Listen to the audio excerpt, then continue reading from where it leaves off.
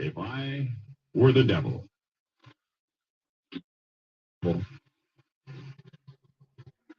If I were the prince of darkness, I'd want to engulf the whole world in darkness, and I'd have a third of its real estate and 4/5 of its population, but I wouldn't be happy until I had seized the ripest apple on the tree. Thee. So I'd set about, however necessary, to take over the United States. I'd subvert the churches first. I'd begin with a campaign of whispers. With the wisdom of a serpent, I would whisper to you as I whispered to Eve, do as you please. To the young, I would whisper that the Bible is a myth. I would convince them that man created God instead of the other way around. I would confide that what's bad is good and what's good is square.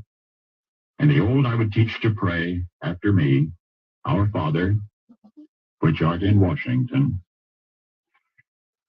And then I'd get organized. I'd educate authors in how to make lurid literature exciting so that anything else would appear dull and uninteresting. I'd threaten TV with dirtier movies and vice versa. I'd peddle narcotics to whom I could. I'd sell alcohol to ladies and gentlemen of distinction. I'd tranquilize the rest with pills.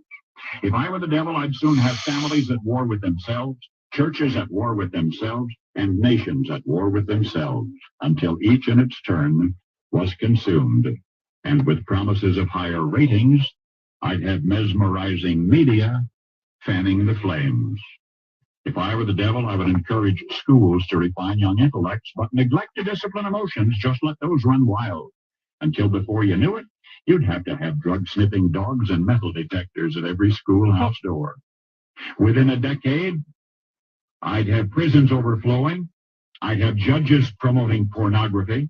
Soon I could evict God from the courthouse, then from the schoolhouse, and then from the houses of Congress. And in his own churches, I would substitute psychology for religion and deify science. I would lure priests and pastors into misusing boys and girls and church money. If I were the devil, I'd make the symbol of Easter an egg and the symbol of Christmas a bottle. If I were the devil, I'd take from those who have and give to those who wanted until I had killed the incentive of the ambitious. And what'll you bet? I couldn't get whole states to promote gambling as the way to get rich. I would caution against extremes in hard work, in patriotism, in moral conduct. I would convince the young that marriage is old-fashioned, that swinging is more fun, that what you see on TV is the way to be. And thus I could undress you in public, and I could lure you into bed with diseases for which there is no cure. In other words, if I were the devil, I'd just keep right on doing what he's doing.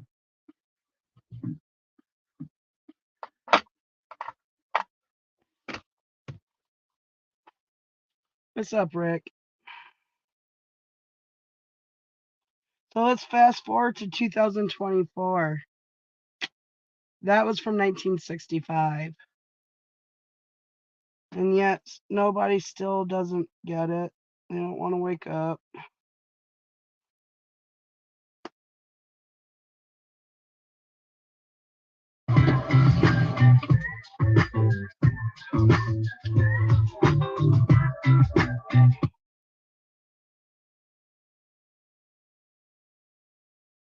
Tired of the mainstream traffic networks? There's a world beyond Facebook, Google, and TikTok ads.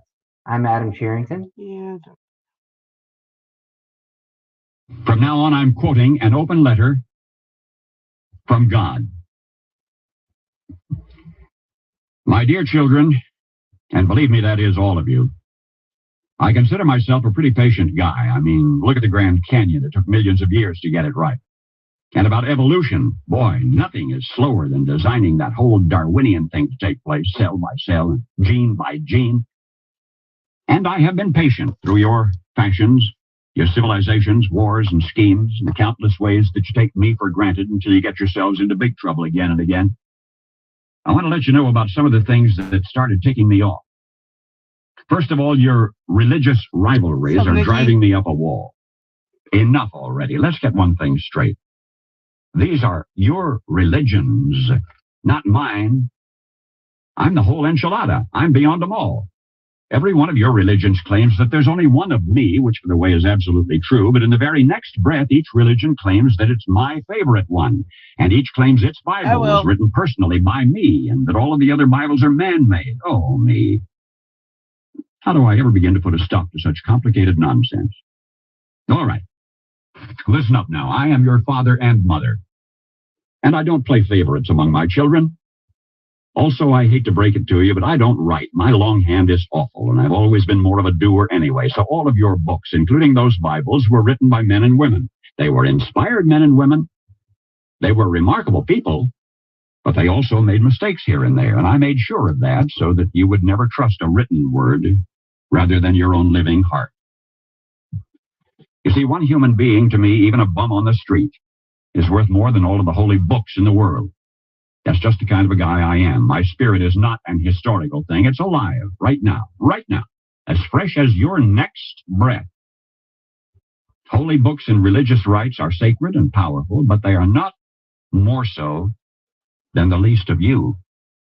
They were only meant to steer you in the right direction, not to keep you arguing with each other, and certainly not to keep you from trusting your own personal connection with me.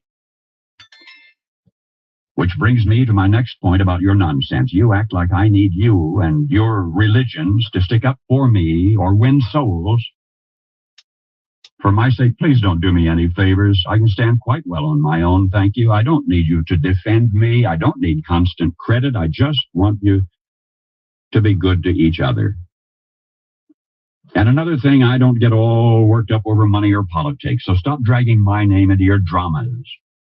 For example, I swear to me that I never threatened Oral Roberts. I never rode in any of Rajneesh's Rolls Royces, and I never told Pat Robertson to run for president. And I have never, ever had a conversation with Jim Baker or Jerry Falwell or Jimmy Swaggart. Of course, come Judgment Day, I certainly intend to. Now, the thing is, I want you to stop thinking of religion as some sort of a loyalty pledge to me. The true purpose of your religion. Ah, shit. Some migraine attacks catch you off guard, but for me, a stressful day can trigger migraine attacks too. That's why my go-to. From now on, I'm quoting an open letter. You see, one human being, to me, even a bum on the street, is worth more than all of the holy books in the world. That's just the kind of a guy I am. My spirit is not an historical thing. It's alive, right now, as fresh as your next breath. Holy books and religious rites are sacred and powerful, but they are not more so than the least of you. They were only meant to steer you in the right direction, not to keep you arguing with each other, and certainly not to keep you from trusting your own personal connection with me. Which brings me to my next point about your nonsense. You act like I need you and your religions to stick up for me or win souls. For my sake, please don't do me any favors. I can stand quite well on my own, thank you. I don't need you to defend me. I don't need constant credit. I just want you to be good to each other. And another thing, I don't get all worked up over money or politics, so stop dragging my name into your dramas. For example, I swear to me that I never threatened Oral Roberts. I never rode in any of Rajneesh's Rolls Royces, and I never told Pat Robertson to run for president. And I have never, ever had a conversation with Jim Baker or Jerry Falwell or Jimmy Swaggart. Of course, come Judgment Day, I certainly intend to. Now, the thing is, I want you to stop thinking of religion as some sort of a loyalty pledge to me. The true purpose of your religions is so that you can become more aware of me, not the other way around. Believe me, I know you already. I know what's in each of your hearts. And I love you anyway, with no strings attached. So lighten up and enjoy me. That's what religion's best for. What you seem to forget is how mysterious I am. You look at the petty differences in your scriptures and you say, well, if this is the truth, then that can't be. But instead of trying to figure out my paradoxes and unfathomable nature, which, by the way, you never will, why not open your hearts to the simple common threads of every religion? You know what I'm talking about. Play nice with each other. Love and respect everyone. Be kind. Even when life is scary or confusing, take courage and be of good cheer, for I'm always with you. And learn how to be quiet so that you can hear my still small voice. I don't like to shout. Leave the world a better place by living your life with dignity and gracefulness. For you are my own child. Hold back nothing from life. For the parts of you that can die surely will, and the parts that can't won't. So don't worry. Be happy. I stole that last line from Bobby McFerrin, but who gave it to him in the first place? Simple stuff now. Why do you keep making it so complicated? It's like you're always looking for an excuse to be upset. And I am very tired of your main excuse. Do you think I care whether you call me God or Yahweh or Jehovah, Allah, Wakatonka, Brahma, Father, Mother, even the void of Nirvana? Do you think I care which of my special children you feel closest to? Jesus, Mary, Buddha, Krishna, Muhammad, or any of the others? You can call me and my special ones any name you choose, if only you will go about my business of loving one another as I love you. How can you keep neglecting something so simple? No, I am not telling you to abandon your religions. Enjoy your religions. Honor them. Learn from them. Just as you should enjoy, honor, and learn from your parents. But do you walk around telling everyone that your parents are better than theirs? Your religion, like your parents, may always have the most special place in your heart. I don't mind that at all. And I don't want you to combine all of the great traditions into one big mess. Each religion is unique for a reason. Each has a unique style so that people can find the best path for themselves. But, my special children, the ones that your religions revolve around, all live in the same place, in my heart. And they get along perfectly, I assure you. The clergy must stop creating a myth of sibling rivalry where there is none. My blessed children of earth, the world has grown too small for your pervasive religious bigotries and confusion. The whole planet is now connected. By air travel, satellite dishes, telephones, fax machines, rock concerts, diseases, and mutual needs and concerns. Get with the program. If you really want to help me celebrate the birthday of my son Jesus, then commit yourselves to figuring out how to feed your hungry and clothe your naked and protect your abused and shelter your poor. And just as important, make your own everyday life a shining example of kindness and good humor. I've given you all of the resources you need if only you abandon your fear of each other and begin living and loving, laughing together. Just the way the government wants us Finally, to my be. children everywhere, remember whose birthday you honor on what you call Christmas Day, December 25, and the fearlessness with which he chose to live and die. As I love him, so do I love each of you. Now, I am not really ticked off. Not really. I just wanted to grab your attention because I hate to see you suffer. But I gave you free will. So what can I do now other than try to influence you through reason, persuasion, and a little old-fashioned guilt and manipulation? After all, you know, I am the original Jewish mother. I just want you to be happy. And I'll sit in the dark. I really am. Indeed, I swear, with you always, always. Trust in me. Your one and only God. End quote. Paul Harvey. Good day.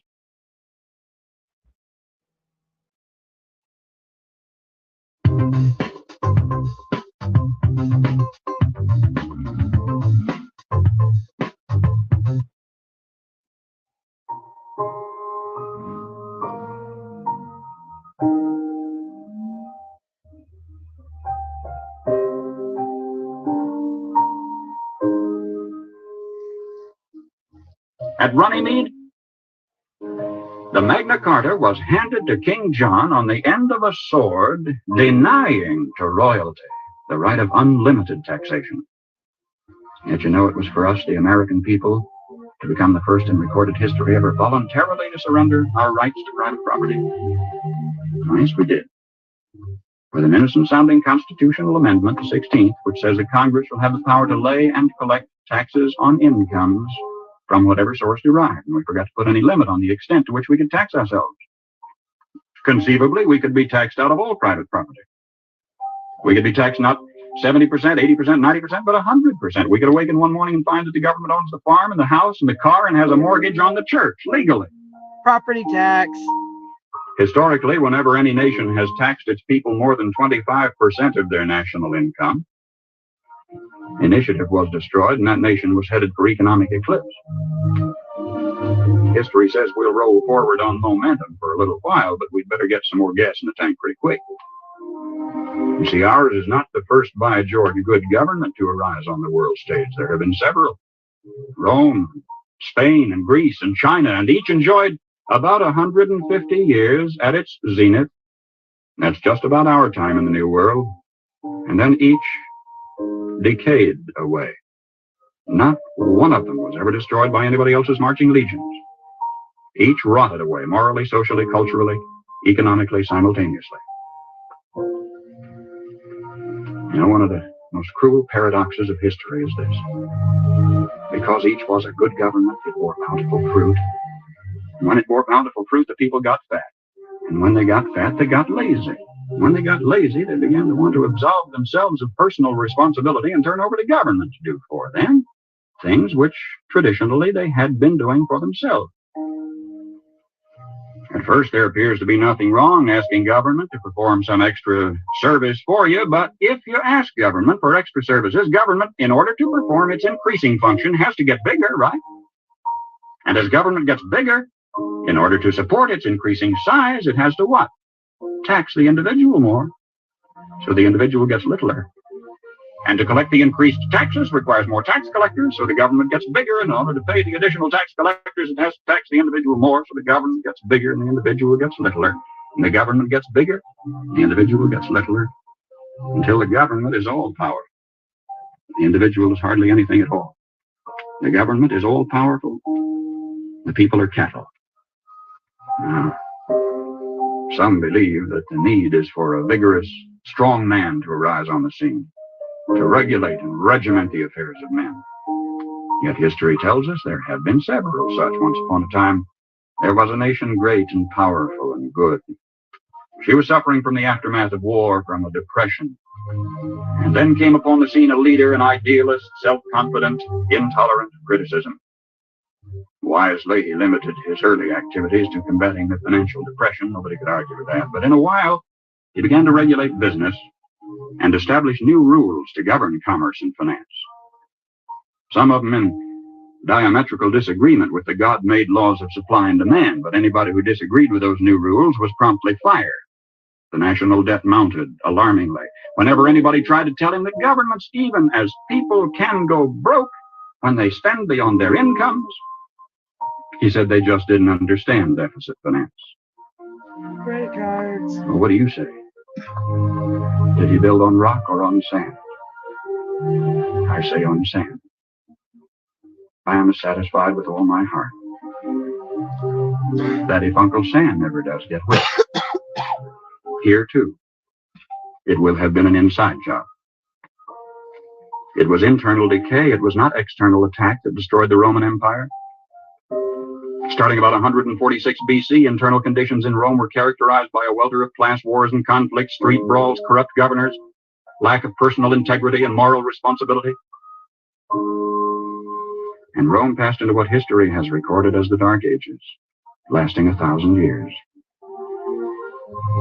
Just by turning to the left, the world has gone in circles.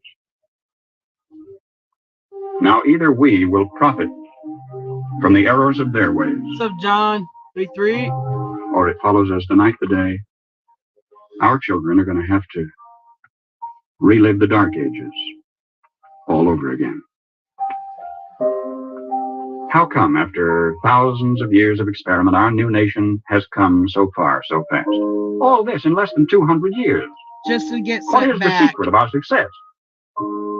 Well, I think it had to do with a basic American's creed. Perhaps it never passed the pioneer's lips in this form, but if it had, I think he would have said something like this: I believe in my God, in my country, and in myself.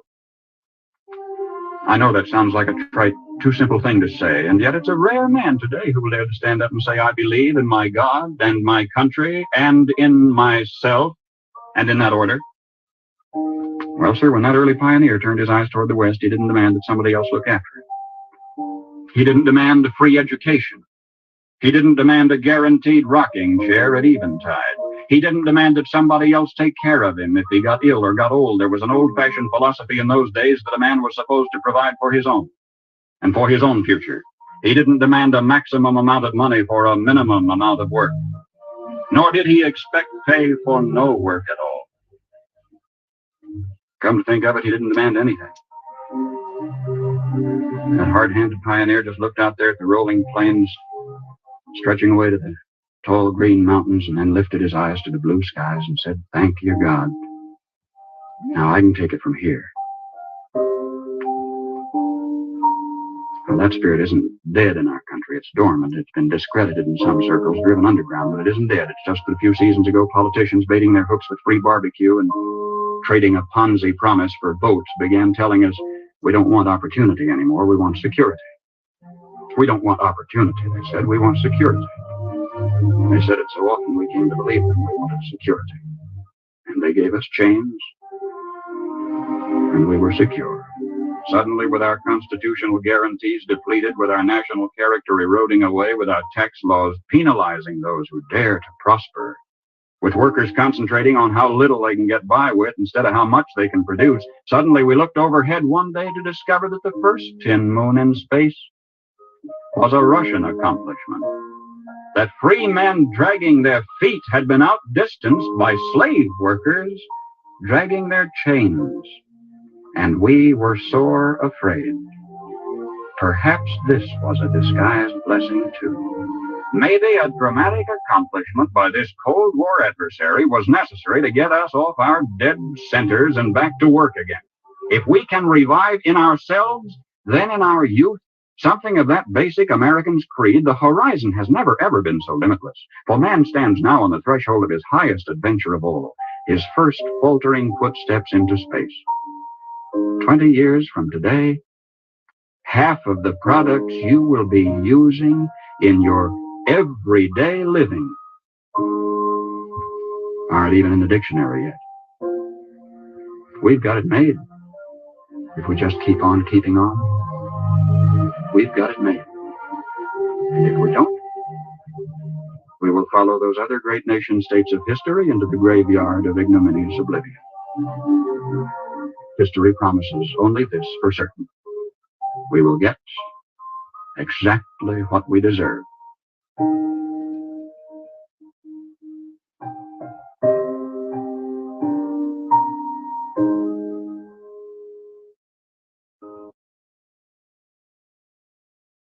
These two are fighting, and ideas are banging around in Bella's head and heart like lights in a storm. Now, the rest of the story. It was not quite a year ago that Bill's wife got the urge to clean house. She disappeared in the attic for a while. Then she called down to Bill. There were just too many boxes up there and too much junk in them. What did Bill want to do with it all? And Bill called up the stairs, throw it all out.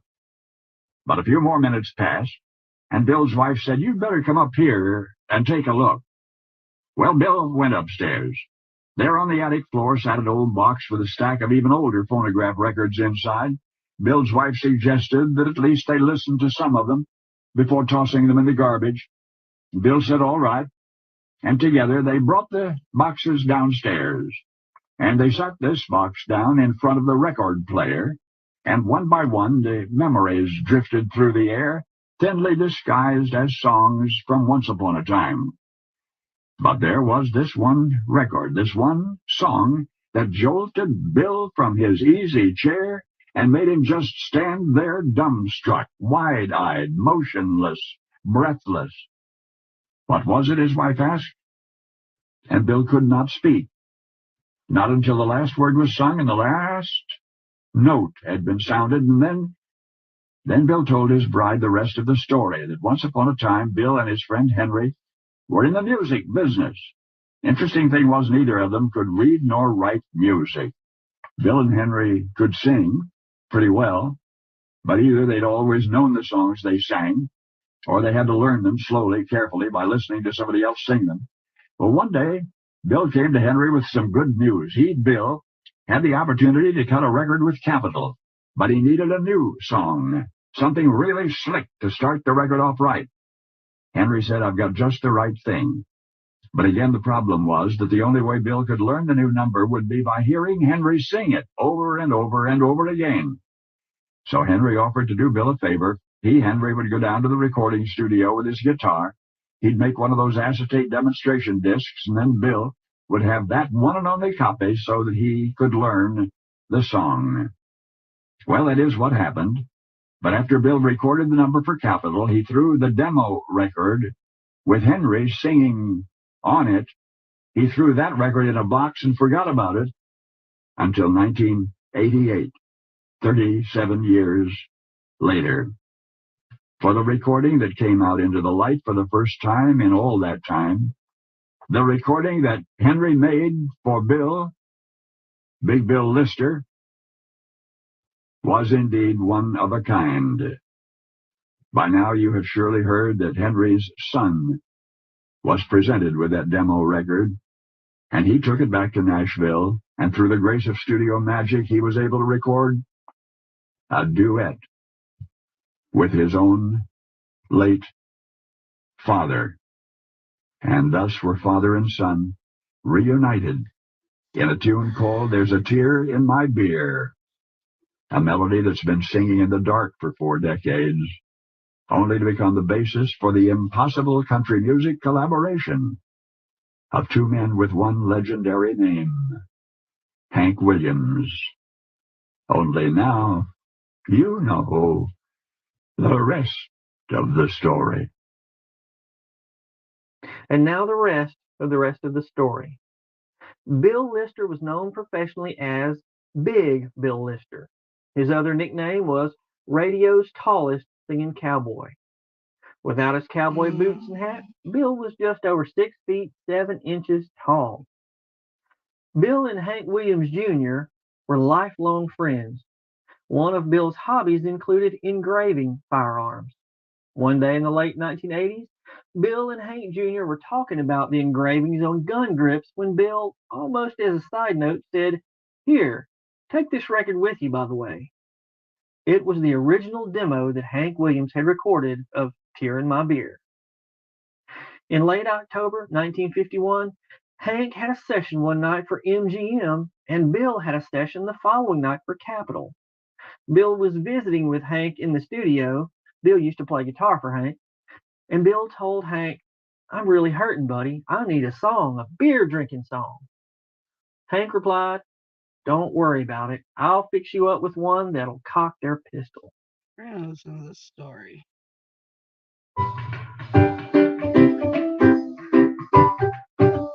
TikTok. Yeah. Now, the rest of the story. James Douglas Muir cowered in the back seat of the squad car. His mother was 2,500 miles away, but he could hear her voice clear as day. "Jamie, what have you gone and done now?" Fact was, he'd done nothing, at least nothing for which he ought to have been arrested. "You can save yourself some time, kid," one of the cops barked from the front seat. "We know it's either pushing or pickup, so which is it?" Pushing or pickup, drug dealing or male prostitution, the mere suggestions made Jim queasy. "I swear," he kept saying, "I was just out for a walk." The other cop started laughing, the way you do when you're not amused. Fact was, Jim did often wander the streets in that weird part of town after dark, because when you're homeless, when you sleep on the back steps of the place where you're part-time employed, you're not eager to turn in for the night. Sunny, warm Los Angeles had sounded so attractive when Jim was freezing in the snow back east. so alluring that he had simply spontaneously told the neighbors one day, "Take whatever you want from my apartment, I'm heading for California." And now here he was in the backseat of a police car trying to talk his way out of a trip downtown. But all he could think to say was, "I swear I'm not soliciting anything." "Okay, Ace, what do you do?" one of the patrolmen asked. "I tell jokes," Jim replied, before realizing how inappropriate that sounded under the circumstances. "You what?" The cop was steely-eyed now. Jim could barely answer. "I'm a comedian. At least I'm trying to become one." "All right," the cop said. "Show us how funny you are." Well, without the slightest hesitation, Jim, sweating, trembling, started wisecracking. Started telling old jokes, new jokes, every joke he'd ever heard, some made up on the spot. 15 minutes, half an hour, and he was still going. One-liners, insight gags, guy walks into a bar stories, that sort of thing. Everything he could think of. Both policemen are laughing now, the way you do when you can't help yourself. And only at the end of their shift did they applaud. They're still laughing. And one of them finally said what Jim so desperately wanted to hear. "All right, kid, go on home." Of course, there was no home to go to. Not yet. But there would be. Your home. Your home. And mine. Millions of homes. Around the world. You never knew the aspiring comic who slept on the back steps of the Comedy Store, who wandered Hollywood Boulevard in the grim shadow of the bright lights, wondering what in the world he'd gotten himself into. But in April 2000, they ceremoniously laid his star on the Hollywood Walk of Fame. And just a few feet from where he once gave a command performance in the backseat of a squad car. Of course, you know the young comedian who did the most important gig of his burgeoning stand-up career, sitting down. James Douglas Muir Leno. Jay Leno? Jay Leno. Only now you know the rest of the story. And now the rest of the story. The story we heard about in Mr. Harvey's